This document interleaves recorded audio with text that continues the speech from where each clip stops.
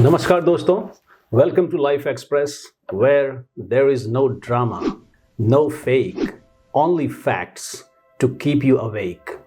जी हाँ, सही सुना आपने। लाइफ एक्सप्रेस एक ऐसी दुनिया है, एक ऐसा एकेडमिक प्लेटफॉर्म है जहाँ हम बेमतलब की बातें नहीं करते, क्योंकि यहाँ बातें होती है सिर्फ रियल लाइफ के, रियल लोगों के, रियल अचीवमेंट्स की, और बातें होती है रियल नॉलेज की अंडर भारतीय ज्ञान परंपरा, जिसकी बुनियाद वसुधैव कुटुंबकम पर आधारित है। वसुधैव कुटुंबकम यानी the whole world is our family. भले ही वसुधैव कुटुंबकम और अतिथि देवो भव का पालन करते करते हिंदुस्तान को भारी नुकसान उठाना पड़ा, लेकिन आज हर भारतीय को ये कहते हुए काफ़ी गर्व होता है कि भारत एक ऐसा देश है जिसने आज तक ना ही किसी पे आक्रमण किया और ना ही किसी पे राज किया।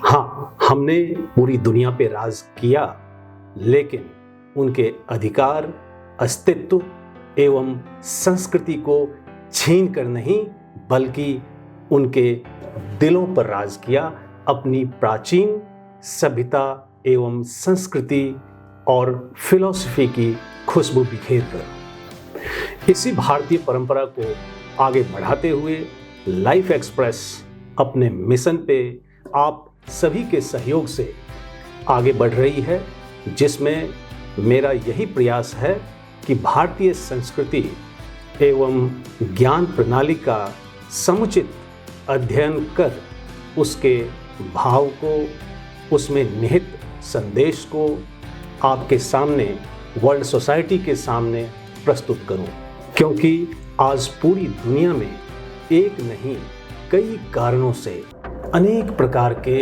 संकट के बादल मंडरा रहे हैं। खूनी युद्ध चल रहे हैं परिवार में, समाज में, राष्ट्र में और पूरे विश्व में। पूरी दुनिया आज एक सोसाइटल मॉडल ऑफ लिविंग ढूंढ रही है, जिसे अपनाकर वो शांति और सौहार्द के साथ जी सके। लेकिन अफसोस, दुनिया के पास ऐसा कोई मॉडल नहीं है। लेकिन चिंता की कोई बात नहीं है, क्योंकि भारत के पास ऐसा सोसाइटल मॉडल ऑफ लिविंग है जिसे अपनाकर हम पूरे विश्व में शांति और उन्नति का मार्ग प्रशस्त कर सकते हैं।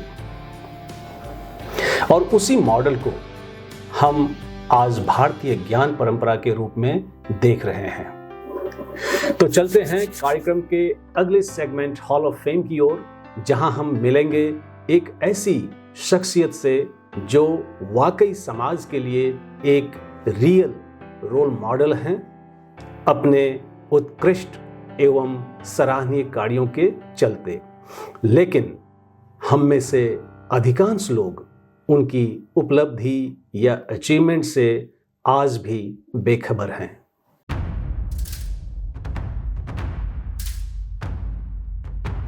नमस्कार दोस्तों, आज के हॉल ऑफ फेम में हमारे साथ एक बहुत ही खास मेहमान हैं, जिनके जीवन से जुड़े कई रोचक तथ्य हैं। इससे पहले कि हम उन रोचक तथ्यों को जानें उन्हीं की जुबानी, मैं चाहूंगा कि सबसे पहले मैं आपको अपने विशेष अतिथि का एक संक्षिप्त परिचय दे दूं। वैसे तो हमारे आज के विशेष अतिथि किसी परिचय या पहचान के मोहताज नहीं हैं, लेकिन औपचारिकता का निर्वहन करते हुए मैं उनका संक्षिप्त परिचय आपके समक्ष प्रस्तुत करना चाहूंगा। लाइफ एक्सप्रेस के इस हफ्ते के हॉल ऑफ फेम में हमारे साथ जो विशेष अतिथि ऑनलाइन जुड़े हैं, वे हैं महान संस्कृतज्ञ, भाषाविद और भारतीय ज्ञान परंपरा के प्रवर्तक डॉक्टर रमेश कुमार पांडे जी। प्रोफेसर पांडे का जन्म 1 फरवरी 1959 को उत्तर प्रदेश के जौनपुर के मेंदीपुर में एक सामान्य पर शिक्षित परिवार में हुआ था।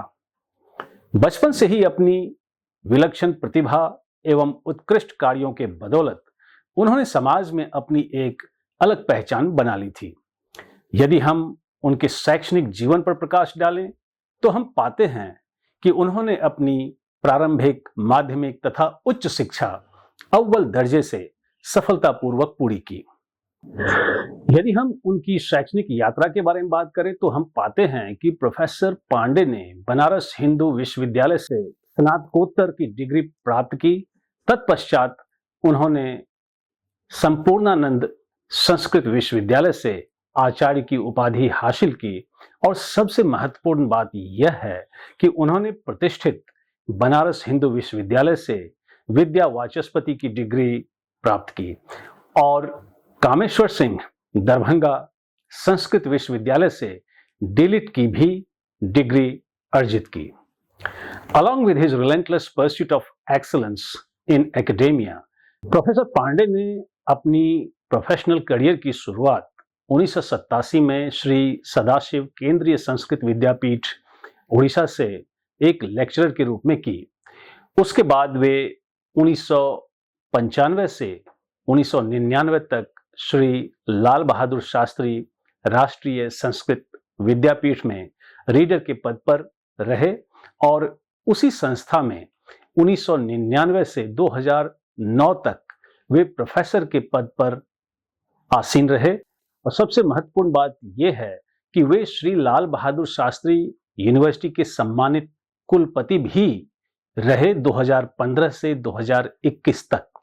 In his sparkling career of 4 decades, he has published 47 books, more than 100 research papers on Sanskrit literature, Indic philosophy, manuscriptology, and Indian knowledge system in national and international peer-reviewed journals of high repute. Professor Pandey is empaneled in several government bodies and committees with dignified positions. And I should not forget to add that Professor Pandey has been felicitated with several recognitions and awards at national and international levels. Some of the important ones are Charitra Chakravarti Puraskar, Banbhat Puraskar, Vishisht Puraskar, Kavikul Guru Kalidas Swarna Padakam by Kavikul Guru Kalidas Kala Parishad, Rashtriya Gaurav Award, Akhil Bharatiya मार्ग पुरस्कार bye Rajasthan Sanskrit academy, महर्षि Valmiki award, Sanskrit सेवा सम्मान, आचार्य विद्यानंद मुनि महाराज प्रकृत पुरस्कार and many more. समयाभाव के कारण मैं उनकी पूरी उपलब्धि को उनके परिचय में शामिल नहीं कर पाऊंगा, लेकिन इतना ही कहूंगा कि उनका व्यक्तित्व बहुत ही विराट है और उनके बारे में और जानने के लिए अब मैं आपको सीधे लिए चलता हूं प्रोफेसर रमेश कुमार पांडे जी के पास। Thus pleasure is solely mine in welcoming a legendary icon of Sanskrit, परम आदरणीय डॉक्टर रमेश कुमार पांडे जी। नमस्कार सर। जी नमस्कार। सर्वप्रथम मैं अपने सभी इंटेलेक्चुअल व्यूअर्स तथा लाइफ एक्सप्रेस टीम की ओर से आपका लाइफ एक्सप्रेस में हार्दिक अभिनंदन करता हूं।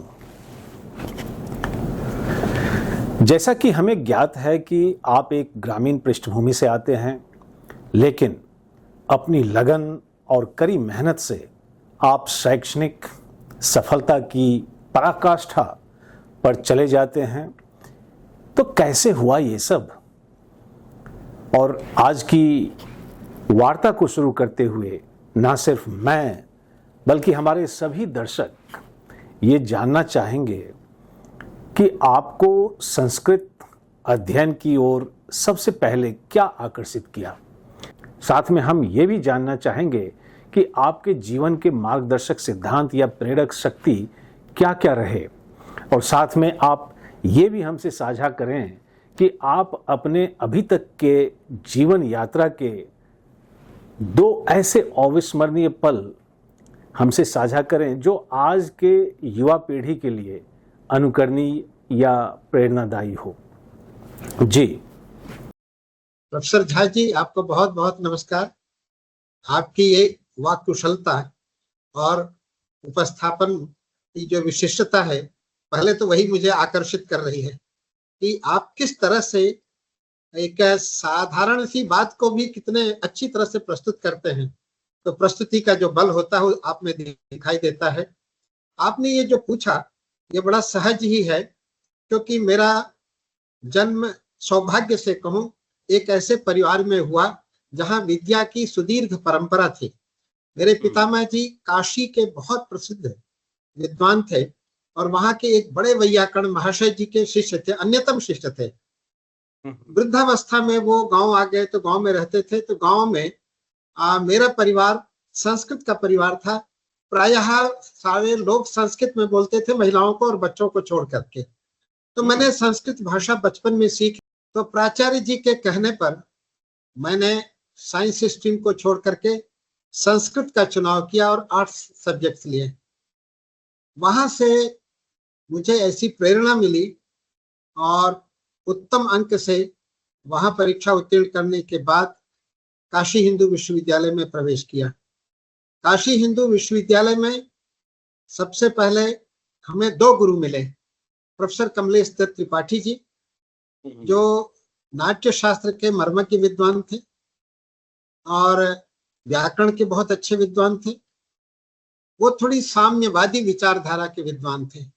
तो उनके यहाँ देशी विदेशी सारे विद्वान विषय पर चर्चा करने के लिए और कई छात्र पढ़ने के लिए आते थे। मैंने उनसे नाट्य शास्त्र का अध्ययन किया।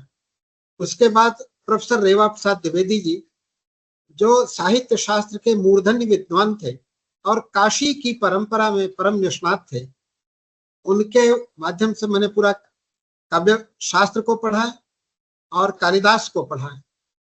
ये ऐसे दो विद्वान हमें मिले जिन्होंने वस्तुतः इतना प्रभावित किया कि मैं उनके आदर्शों को लेकर के आगे बढ़ा, जिसमें परिश्रम ही एकमात्र साधन होता है।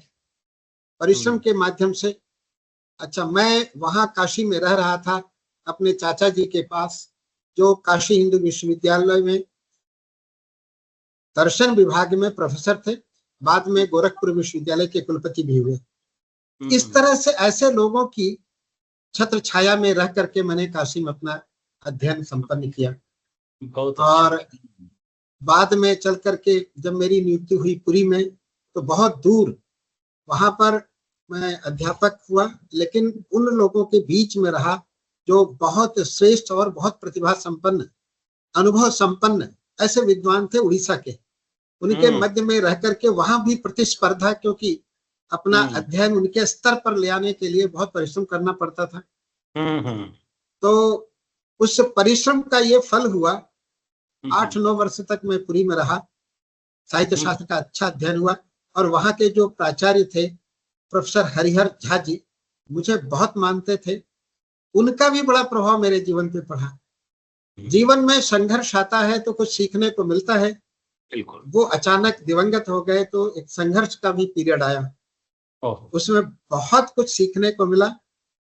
और ईश्वर की कृपा कहें या गुरुओं का आशीर्वाद कहें, लाल बहादुर शास्त्री संस्कृत विश्वविद्यालय को मैंने अपना सर्वस्व प्रदान करने की कोशिश की और वहां कुलपति का कार्य पहले मुझे देखने को मिला।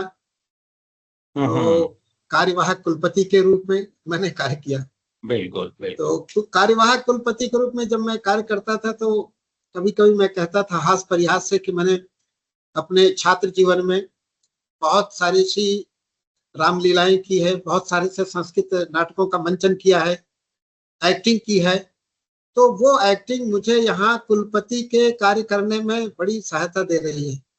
लोग पूछते थे ऐसा क्यों? क्योंकि मैं एक्टिंग वाइस चांसलर था। तो मैं कहा मैं वाइस चांसलर नहीं हूँ, उसकी एक्टिंग कर रहा हूँ, तो इसमें से इसका लाभ मिल रहा है। तो इसी मनोविनोद के साथ इस कार्य को शुरू किया। बहुत सारी चुनौतियां थी, लेकिन भगवान की कृपा से अच्छा हुआ। उन दिनों मैंने अनुभव किया कि संस्कृत के प्रति जो ये प्रशासक हैं, इनकी बहुत अच्छी रुचि नहीं है, बहुत अच्छा सम्मान नहीं है। बीच में ग्रांट ही बंद कर दिया। मैंने पूछा ऐसा क्यों हुआ, तो कुछ बताने लगे ये सब सारी समस्याएं। फिर मैंने एक संकल्प लिया कि इनको केंद्रीय विश्वविद्यालय बनाना है ताकि इनकी ग्रांट फिर कभी न रुके। और एक संकल्प लिया, उस संकल्प के साथ परिश्रम किया, ईश्वर की कृपा हुई, अधिकारियों की थोड़ी सहायता मिली और वो केंद्रीय विश्वविद्यालय एक नहीं 3 केंद्रीय विश्वविद्यालय बने, जिसमें केंद्रीय विश्वविद्यालय जो जनकपुरी में है, पहले राष्ट्रीय संस्कृत संस्थान होता था एक, वो एक तिरुपति में और एक अपना लाल बहादुर शास्त्री राष्ट्रीय संस्कृत विश्वविद्यालय केंद्रीय विश्वविद्यालय के रूप में प्रतिष्ठित हुआ। ये बहुत बड़ी उपलब्धि थी मेरे लिए। जब पार्लियामेंट ने इसको पास किया, वो सारे जो वहां के प्रशासक थे, ब्यूरोक्रेट्स थे, कहते थे पार्लियामेंट से पास नहीं होगा। तो मैं कहता था ये संस्कृत है, इसके बारे में आपके मन में क्या धारणा मैं नहीं कह सकता, लेकिन अभी भी भारत में बहुत सारे लोग हैं जो संस्कृत को बहुत सम्मान देते हैं और जानते हैं कि भारतीय जो ज्ञान परंपरा है, भारतीय जो विद्या परंपरा है, अभी भी बहुत उत्कृष्ट है और इसका आधार संस्कृत है। वो सब संस्कृत में सुरक्षित है। जितने पढ़े लिखे लोग हैं वो मानते हैं। तो उन सब लोगों ने बहुत अच्छे से सहायता दी और ये हुआ विश्वविद्यालय। आज अभी उसका नया मूल्यांकन हुआ तो उसको अच्छा ग्रेड मिला, 1++ ग्रेड मिला। तो मुझे बड़ा संतोष है। तो मेरे मन में बहुत संकल्प था कैसे संस्कृत को प्रचारित करें। पहली बात तो संस्कृत को संस्कृत माध्यम से कई विभागों में लागू किया, जहां संस्कृत को हिंदी माध्यम से पढ़ाया जाता था उनको, और जो शोध कार्य करने में शिथिलता थी उसमें थोड़ी गति, ये सब सारी चीजें करने का अवसर मिला। एक प्रसंग। और दूसरा प्रसंग रहा जब केंद्रीय संस्कृत विश्वविद्यालय के रूप में लाल बहादुर शास्त्री, जो यह सपना माननीय पूर्व प्रधानमंत्री श्री लाल बहादुर शास्त्री जी का था। उन्होंने एक भाषण दिया था जिसमें कहा था कि मैं चाहता हूं कि विद्यापीठ अभी अच्छा कार्य कर रहा है और अच्छा करे, और यहाँ देश विदेश से लोग आए और यह एक केंद्रीय संस्थान बन करके उभरे, यहाँ सारी व्यवस्था हो। इस तरह का एक भाषण दिया था।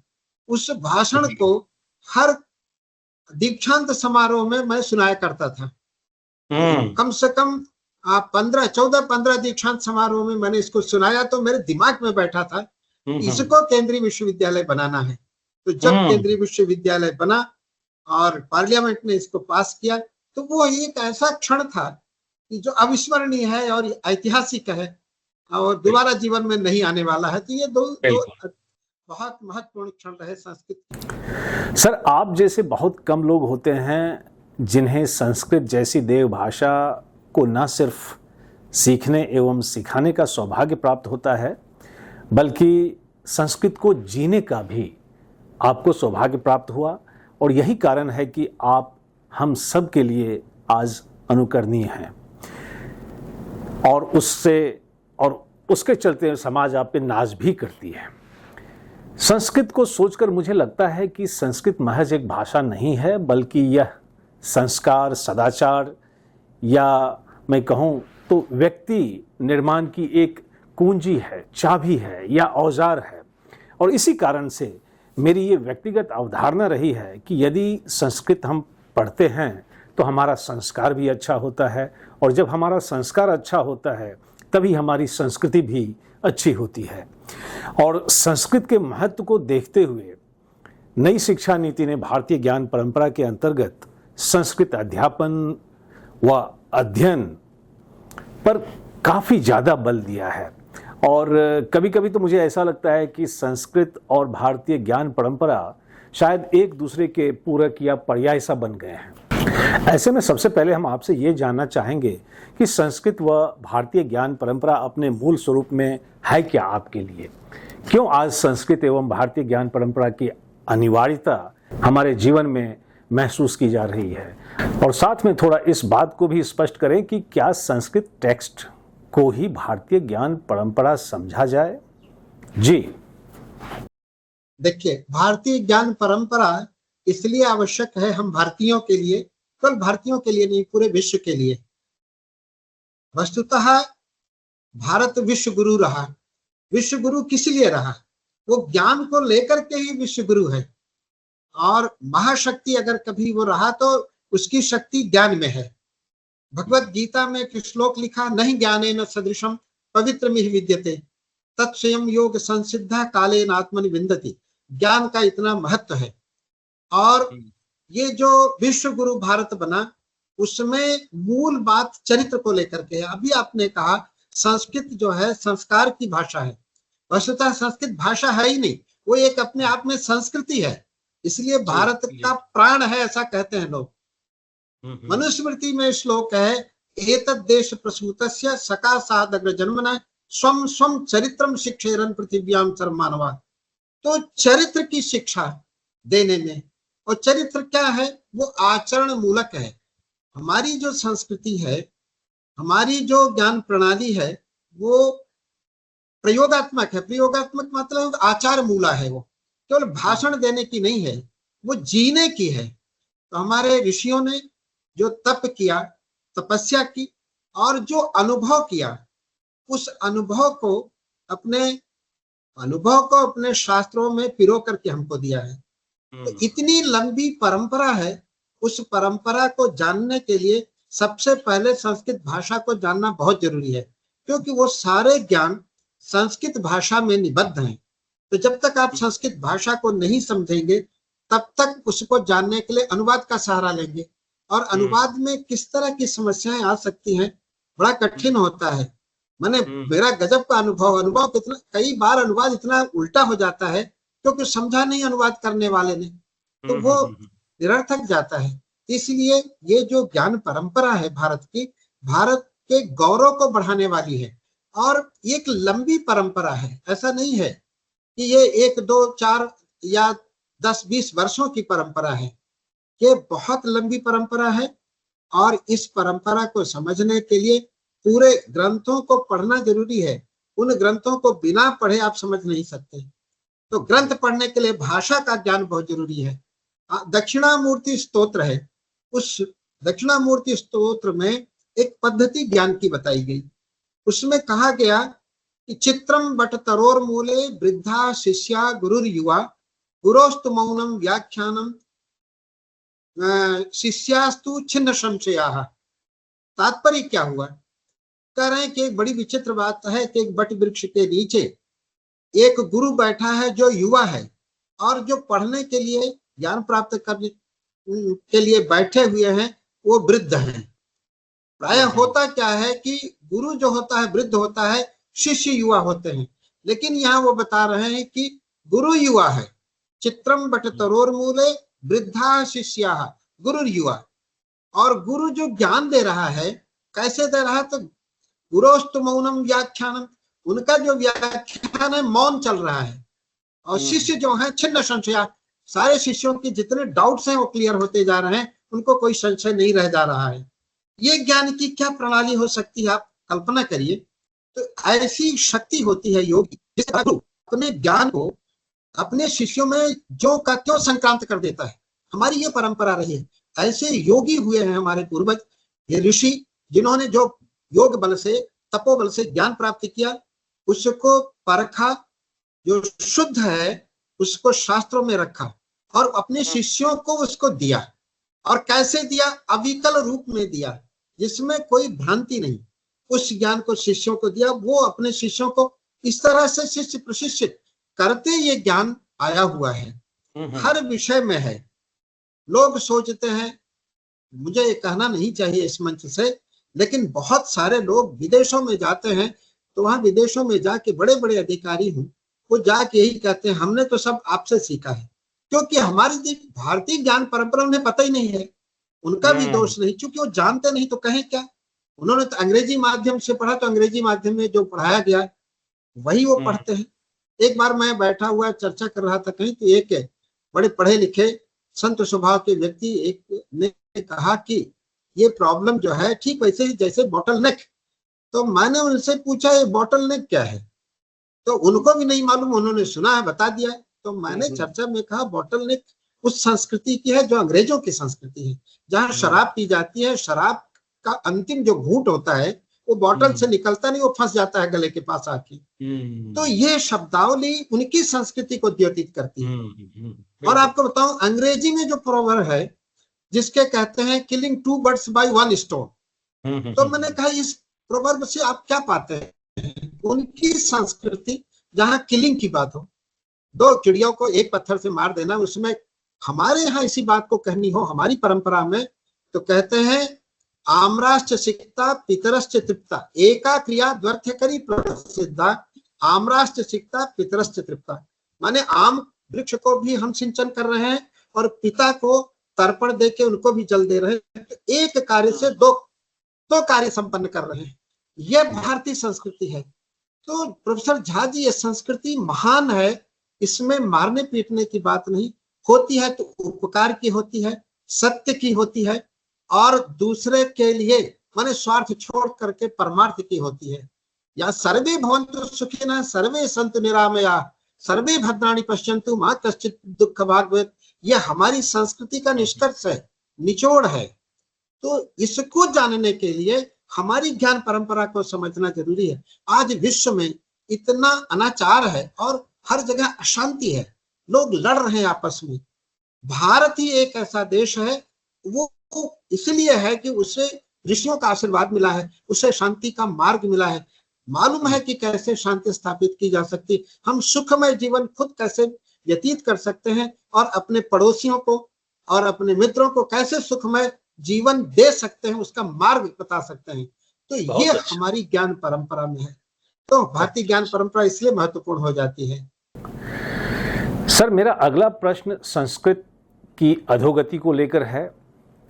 क्यों आज संस्कृत जैसी देव भाषा जो पूरे ब्रह्मांड में बोली जाती थी, वो आज महज 21,000 नेटिव स्पीकर, जैसा मैंने एक अपने डेटा में देखा था कि आज वो 21,000 नेटिव स्पीकर्स तक सीमित रह गई है और आज ये भाषा मैं कहूँगा कि लुप्त होने के कगार पे आ गई है। तो यहाँ ना सिर्फ मैं बल्कि हमारे सभी व्यूअर्स ये जानना चाहेंगे कि कौन है या क्या है संस्कृत की अधोगति के लिए जिम्मेदार। कोई कहते हैं ऐसा पॉलिसी मेकर्स की अनदेखी की वजह से हुआ, कोई बाहरी आक्रमण को जिम्मेदार ठहराते हैं, कोई कहते हैं संस्कृत वाणिज्य या रोजगार की भाषा नहीं बन पाई इसलिए इसका लोप हो गया, कोई संस्कृत की जटिलता को इसके लोप होने के लिए जिम्मेदार ठहराते हैं। कईयों का ये भी मानना है कि संस्कृत आधुनिकता के अनुरूप अपने आप को नहीं ढाल पाई। इन तमाम अटकलों के बीच क्या लगता है आपको, या क्या कारण है संस्कृत का हमसे दूर हो जाने का या हमारा संस्कृत से दूर हो जाने का? जी, आज संस्कृत पढ़ने कौन आते हैं, पहले इस पर हम दृष्टिपात करते हैं। यूनिवर्सिटी में इतने वर्षों के अध्यापन का अनुभव मेरा है। विश्वविद्यालय में, संस्कृत विश्वविद्यालय में रहा, वो दिल्ली में रहा, तो संस्कृत पढ़ने के लिए अधिकांशतः दो कैटेगरी आती है। एक तो वो बच्चे आते हैं जिनका कहीं एडमिशन नहीं हो पाता है, जब हर जगह से रिजेक्टेड हो जाते हैं तब वो आते हैं, एक कैटेगरी होती है। दूसरी वो होती है जो जिनके घर की स्थिति इतनी दयनीय होती है कि वो बड़े विद्यालय, महाविद्यालय, विश्वविद्यालय में अपना प्रवेश नहीं करा सकते, उतनी फीस नहीं दे सकते, उनकी वो सामर्थ्य नहीं होते, अत्यंत विपन्न होते हैं, वो होते हैं। केवल कुछ परसेंटेज ऐसे होते हैं छात्रों के जो कि अपनी परंपरा है, उनके पिताजी, उनके पितामह जी संस्कृत पढ़ते रहे तो वो बाई चॉइस संस्कृत पढ़ते हैं। ऐसे बहुत कम, हम जैसे लोग उसमें से आते हैं। तो अब आप सोच लीजिए, संस्कृत जो जिसके लिए मोस्ट इंटेलिजेंट जो स्टूडेंट है उसकी जरूरत है। ये इतनी वैज्ञानिक भाषा है, सारे वेद, सारे उपनिषद, गणित, रसायन, भौतिक विज्ञान, सारी चीजें संस्कृत में है। इतनी अनुशासन की भाषा है, जो बहुत ब्रिलियंसी की जरूरत है जिसमें पढ़ती है, उसको पढ़ता है। वो जो बिल्कुल पढ़ने लायक नहीं है, जिसका कहीं एडमिशन नहीं होता, रिजेक्टेड है, वो आकर के पढ़ना चाहता है। ये समस्या हुई।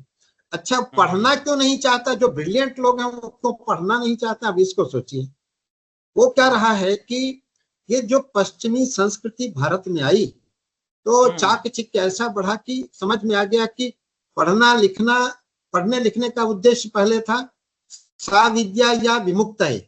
विद्या वो है जो मुक्ति प्रदान करे। मुक्ति क्या थी? हमारे 4 पुरुषार्थ थे, धर्म, अर्थ, काम, मोक्ष। तो मोक्ष परम पुरुषार्थ था।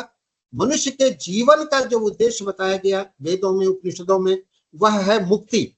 परम पुरुषार्थ प्राप्त करना मनुष्य के जीवन का उद्देश्य है। आज के मनुष्य को, पढ़े लिखे लोगों से पूछिए कि आपके जीवन का क्या उद्देश्य, पर्पस क्या है, वो अच्छा पैसा कमाना, अच्छी सोसाइटी में रहना और चारों तरफ घूमना फिरना और ऐशो आराम करना, ये उनका उद्देश्य है। जब उद्देश्य बदल गया तो सारी चीजें बदल गई। अब वो परम पुरुषार्थ की उन्हें चिंता नहीं है, ज्यादा पैसा कमाना, अच्छा जॉब, तो जितने भी जॉब वाले फील्ड हैं उसको प्राप्त करना, ये मनुष्य का जो उद्देश्य बन गया, ज्यादा पैसा कमाना उद्देश्य बन गया। तो जो ब्रिलियंट स्टूडेंट थे, जो पढ़ने लिखने वाले थे, वो उधर पढ़ने के लिए प्रवृत्त है। ठीक है, वो आईआईटी पढ़ते हैं या मेडिकल साइंस में जाते हैं, मैनेजमेंट में जाते हैं, वो क्योंकि वहां बड़ी बड़ी कंपनियां हैं, मल्टीनेशनल कंपनियां, जिनको उनको पैसा मिलेगा, वहां चले जाते हैं। वो योग्य विद्यार्थी इधर अब पढ़ते नहीं। मात्र उसका यही कारण है कि पश्चिमी संस्कृति जो भोगवादी संस्कृति है, संस्कृत तो अभी भी त्यागवादी संस्कृति है, वो भोग नहीं उपयोग की संस्कृति है। तो संस्कृत पढ़ने वाले जो छात्र हैं वह ही इतने हीन हैं। और एक समस्या, दूसरी समस्या, पढ़ाने में भी असुविधा हुई। हमारे पहले पढ़ाने की जो परंपरा थी, संस्कृत को संस्कृत भाषा के माध्यम से पढ़ाया जाता था। जो भाषा बोलचाल में नहीं रहेगी वो कितनों दिनों तक रुकेगी। क्लासिकल लैंग्वेज बन गई संस्कृत, तो बोलचाल में नहीं। अभी भी गुरुकुल हैं, जो पाठशालाएं हैं उत्तर प्रदेश में, बिहार में। और आपको बताऊं, कदाचित प्रोफेसर झा जी आप जानते नहीं होंगे, उत्तराखंड में, पंजाब में, हरियाणा में, उत्तर प्रदेश में, बिहार में, इतने प्रदेशों की मुझे जानकारी है कि यहाँ जो संस्कृत विद्यालय हैं, उन विद्यालयों में आचार्य तक, माने स्नातकोत्तर कक्षा तक परीक्षा पढ़ाई होती है। तो वहाँ यूनिवर्सिटी लेवल की टीचिंग करने वाले जो अध्यापक हैं, उनका वेतन स्कूल का होता है। आप सोचिए, जो बीए एमए के बच्चे को पढ़ा रहा संस्कृत मीडियम में, उनको जो वेतन मिलता है वो स्कूल का वेतन मिलता है। ये पता नहीं अंग्रेजों के जाने के बाद ये गवर्नमेंट कैसे बनाई, कब बना, मुझे इसका पता नहीं है। तो संस्कृत के प्रति ये दृष्टि लोगों की है। अच्छा अध्यापन करने के बावजूद भी उन्हें जो महाविद्यालय हैं, जो कॉलेज हैं, जो यूनिवर्सिटी है, उसका वेतनमान नहीं मिलता उनको। तो ऐसे में क्या होता है कि कोई अच्छा पढ़ करके वहां शिक्षक भी नहीं बनना चाहता। शिक्षक जो है, संस्कृत के जो शिक्षक हैं, संस्कृत माध्यम से पढ़ाते नहीं, क्योंकि वो उनको संस्कृत नहीं अच्छे संस्कृत माध्यम से पढ़ाया गया। अंग्रेज जाते समय संस्कृत शिक्षा को, अपने अंग्रेज स्कॉलर को संस्कृत बताने के लिए इंग्लिश मीडियम शुरू किया। यूनिवर्सिटी जब खुली, यूनिवर्सिटी में डिपार्टमेंट खोले गए, संस्कृत डिपार्टमेंट इंग्लिश मीडियम से थे। अंग्रेजों के जाने के बाद स्वतंत्रता हुई। कुछ जो सेंट्रल यूनिवर्सिटीज रही गई, कुछ यूनिवर्सिटी है जिसमें अभी भी इंग्लिश मीडियम से पढ़ाया जाता है, नहीं तो हिंदी मीडियम या तो हो गया, या तो विश्वविद्यालयों में अपने अपने प्रांत में लोगों ने अपनी अपनी भाषाओं के माध्यम से संस्कृत को पढ़ाया। तो जब एक भाषा दूसरे भाषा के माध्यम से पढ़ाई जाएगी तो उस भाषा को बोलना कठिन है, लिखना कठिन है, सुनना कठिन है, तो भाषा का स्तर नीचे गिरता गया। और आज भी स्थिति जो कि त्यों है। प्राचीन काल में ये शिक्षा राज्याश्रित थी, तो राजा प्रबंधन करता था। आज जो है प्रत्येक राज्य को इसका दायित्व दिया गया है, हर राज्य में अपनी नीति है। तो कहीं कहीं संस्कृत कुछ बची हुई है, जहाँ के रक्त में संस्कृत है वहां थोड़ी संस्कृत बची हुई है, लेकिन उस ह्रासोन्मुखी है, इसमें कोई दो राय नहीं है। बहुत परिश्रम करने के बाद भी छात्र आते नहीं, आते हैं पढ़ते पढ़ते, उसके बाद वो नौकरी के लिए कहाँ जाएं?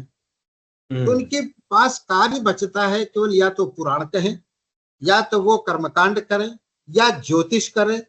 इसके अलावा संस्कृत के बच्चे कहीं जा ही नहीं पा रहे हैं। मेधावी उतने नहीं है, लेकिन संस्कृत जो है उसको अगर देखें तो अंग्रेजी के साथ संस्कृत जो पढ़ते हैं वो आगे बढ़ते हैं, क्योंकि संस्कृत भाषा जो है उसकी संस्कृति को ठीक करता है, उसके कल्चर को, उसके आचार व्यवहार को करता है। वो जहां कहीं भी जाता है, अगर दूसरी भाषा या दूसरे माने ज्ञान को रखता है साथ में, उसमें संस्कृत का प्रभाव दिखाई देता है, वो बहुत तेजी से आगे बढ़ता है। तो संस्कृत अब सहायक भाषा के रूप में हो गई। व्यक्तित्व निर्माण में संस्कृत की बड़ी भूमिका है। वो एक अच्छी टीम बना पाता है, लोगों से मिलजुल लेता है, और भारतीय संस्कृति को समझता है तो लोगों को प्रभावित भी कर लेता है। लेकिन केवल संस्कृत के बल से अगर वो कंप्यूटर नहीं जानता, अंग्रेजी नहीं जानता, तो कहीं किसी का काम का नहीं होता है। पूजा पाठ करने के अलावा उसको कुछ नहीं मिलता है। ये समस्या बहुत अच्छा, बहुत अच्छा सर। मैं अपने अगले प्रश्न की ओर बढ़ूंगा जो थोड़ा क्रिटिकल है अपने आप में। सर, आज की शिक्षा में एक प्रकार का, मैं कह सकता हूं, दोहरापन देखा जा रहा है, क्योंकि एक तरफ आप भारतीय ज्ञान परंपरा, भारतीय दर्शन, गुरुकुल मॉडल ऑफ एजुकेशन की बात करते हैं, और दूसरी ओर वेस्ट के बेस्ट प्रैक्टिसेस को लेकर अपना स्टैंडर्डाइजेशन का मापदंड बनाते रहते हैं। क्या यह सही है? इन विरोधाभास के बीच क्या आपको लगता है कि वर्तमान शिक्षा के माध्यम से भारत एक बार फिर से विश्व गुरु बनने की स्थिति में है? यदि है तो कैसे, और यदि ना तो क्यों? आपको बताऊं, वस्तुतः भारत अगर विश्व गुरु फिर बनना चाहता है तो शिक्षा ही मात्र उसका साधन है। ये जो है, क्योंकि शिक्षा का जो उद्देश्य होना चाहिए वो भारत के पास है। होता क्या है, आपको बताऊं, जब नई शिक्षा नीति आ रही थी तो उस समय शिक्षा मंत्री थे माननीय निशंक जी, रमेश पोखरियाल जी। प्रधानमंत्री जी ने उनसे कहा, क्योंकि मैं कुलपति था तो इस तरह की बैठकों में प्राय जाता था, प्रधानमंत्री जी ने उनसे कहा, मुझे विश्व नागरिक बनाने की इच्छा है, इस ऐसी शिक्षा नीति चाहिए जो विश्व नागरिक बनाए।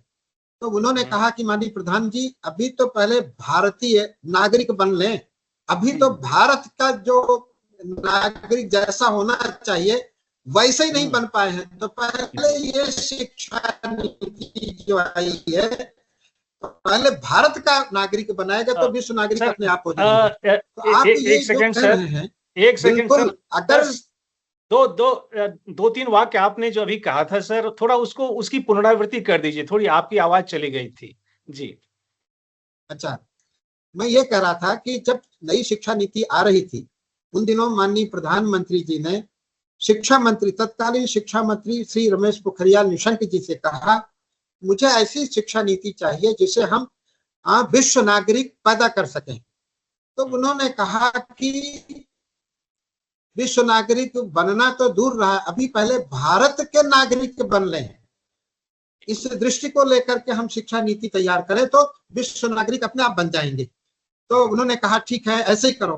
तो ये जो सचमुच में शिक्षा आई है, शिक्षा नीति आई है, अगर पूरी तरह से क्रियान्वित होती है, भारत की जो ज्ञान परंपरा है, जो विश्व कल्याण का मार्ग प्रशस्त करती है, उस परंपरा के अनुरूप है। ये विश्व में जितने भी ज्ञान हैं वो सारे ज्ञान को आत्मसात करते हुए तब भारत की ज्ञान परंपरा को रख करके, ऐसा नहीं कि एकांगी केवल भारत की ज्ञान परंपरा देखी जाए, बाकी छोड़ करके नहीं बढ़ सकते हम। उनको भी देखें और अपनी जो प्राचीन ऋषियों के द्वारा जो प्रतिष्ठित ज्ञान परंपरा है उसको साथ में लेकर के हम बनेंगे, आगे बढ़ेंगे। निश्चित रूप से पूरे विश्व का कल्याण होगा, विश्व को एक मार्गदर्शन दे सकेंगे। इसमें मुझे पूरा मेरा अखंड विश्वास है कि ऐसे ये हम महाशक्ति के रूप में उभर सकते हैं। बहुत अच्छा। तो समय की मर्यादा को देखते हुए अंत में हमेशा की तरह हम अपने सभी अतिथियों से यह आग्रह करते हैं कि वे हमारे दर्शक के लिए या समाज के लिए एक शांति संदेश दें, ताकि हम एक बेहतर कल के सपनों को साकार कर सकें। जी, वस्तुतः हमारे शास्त्रों में जो कहा गया है कि अपने कर्तव्य का पूर्ण निष्ठा के साथ पालन करना सबसे उत्तम साधन है शांति बनाने का और मानवता के कल्याण का। इसको हम एक वाक्य में तो कह दिए, लेकिन चाणक्य ने इसको कहा है, सुखस्य मूलम धर्मः, धर्मस्य मूलम अर्थः, अर्थस्य मूलम राज्यम, राज्यस्य मूलम इंद्रिय जयः, इंद्रिय जयस्य मूलम विनयः, विनयस्य मूलम वृद्धोपसेवा, वृद्धोपसेवायाः मूलम विज्ञानम, विज्ञानेन आत्मानं संपादयेत्, संपादितात्मा जितात्मा भवेत्, जितात्मा सर्वार्थैः सह संयुज्यते।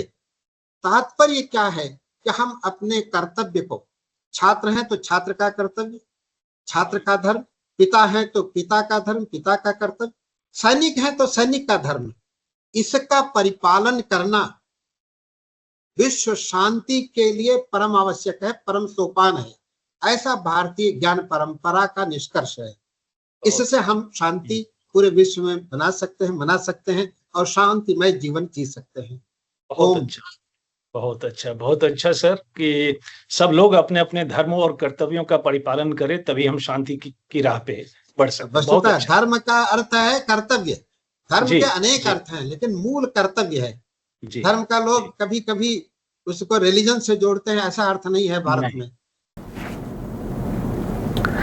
सर, आज आप हमसे जुड़े उसके लिए आपका विशेष धन्यवाद और आपके उत्कृष्ट शैक्षणिक योगदान के लिए लाइफ एक्सप्रेस की जोड़ी ने आपके लिए एक अवार्ड की घोषणा की है और वो अवार्ड है life express icon of India award.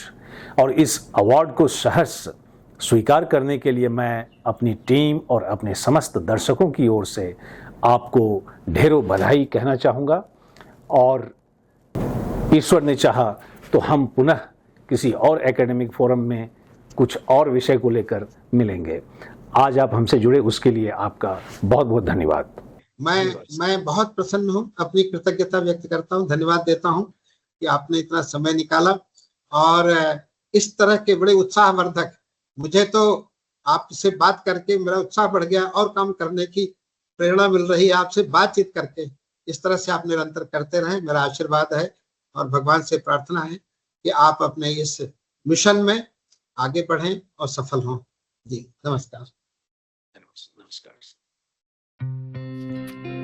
LXP Icon of India Award is proudly presented to Dr. Ramesh Kumar Pandey for his exemplary contributions to Indian knowledge system on 6th August 2025. आज के सत्र की समाप्ति मैं फिर एक आह्वान के साथ करूंगा, खासकर डॉक्टर रमेश कुमार पांडे जी की बातचीत से निकले कुछ मुख्य अंश को लेकर।